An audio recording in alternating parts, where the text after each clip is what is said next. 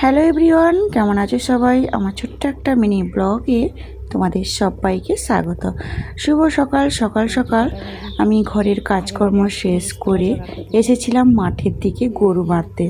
আর সেখানে এসে আমার একজন দিদা আছে, তো ওর বাড়িতে এসেছিলাম ওর সাথে দেখা করতে। কারণ দিদা যখন ভালো থাকতো, সুস্থ থাকতো, তো আমার সঙ্গে দেখা করতে যেত। আমি যখনই বাড়ি আসতাম আমার সাথে দেখা করতে যেত। আর এটাই ছিল তার মন্দির, তার তুলসীর গাছ। তো যাই হোক, দেখা হলো, কথা হলো, দিদার সঙ্গে কথা বললাম। তো আমি ওটাই বলছি যে দিদা, আমি বাড়ি এলে দিদা আমার সঙ্গে দেখা করতে চলে আসতো। আর এখন এমন অসুস্থ হয়ে পড়েছে যে বয়স হলে যা হয়, বেশি দূর হাঁটতে পারে না, একটু দূরেই আছে, তো তাই জন্য আর আসতে পারে না। তো তাই জন্য আমি চলে এসেছি ওর সঙ্গে দেখা করতে। দেখা করলাম আর বলছে এখন হাঁটতে পারি না বেশি, কথা বলতে পারি না বেশি। তো যাই হোক, দিদার ঠাকুর ঘরটা কিন্তু খুব সুন্দর।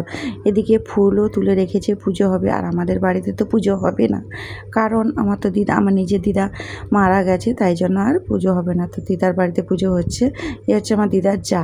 তো যাই হোক, বাড়িতে এসে রান্না বান্না করে নিলাম। থানকুনি শাকের বাটা, আর এগুলো আমাদের বাগানেই ছিল, আমরুলি শাক, তারপরে গিমা শাক। তো রান্না বান্না করে খাওয়া দাওয়া করে একটু রেস্ট নিয়ে রেডি হয়ে চলে এসেছিলাম বাপের বাড়িতে। বাপের বাড়ির কাছে মেলা হচ্ছিল, চড়ক মেলা। আর সেই চড়ক মেলায় এসে আমার অনেক ফেসবুক বন্ধুদের সাথে দেখা হয়ে গেল। তো তাই সবার সঙ্গে একটা সেলফি নিয়ে নিলাম। আর চড়ক মেলাটা অনেক দিনের পরে, বিয়ের পরে একবার দেখেছিলাম, তো আজ দেখলাম। যেহেতু ওটা চৈত্র মাসের লাস্টে হয়, তো এইবার বাড়ি এসেছি, তাই ভাবলাম যেতে পারবো। তো যখন মেলাটা হচ্ছে শুনলাম, তো তাই চলে আসলাম। আর এদিকে মেলা ঘোরাঘুরির পরে এখন আমরা নিয়ে নিয়েছি লস্যি।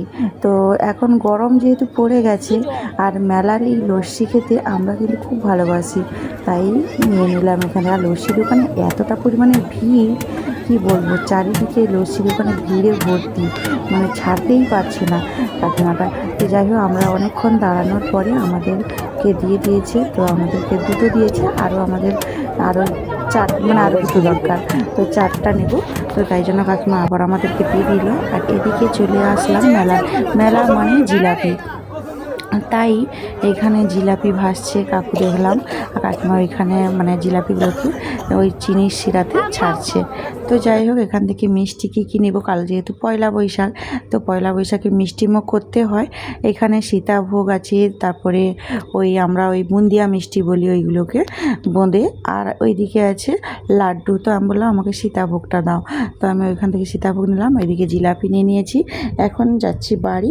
তো আজকের ব্লগটা তোমাদের কেমন লাগলো অবশ্যই কমেন্ট করে জানাতে ভুলো না।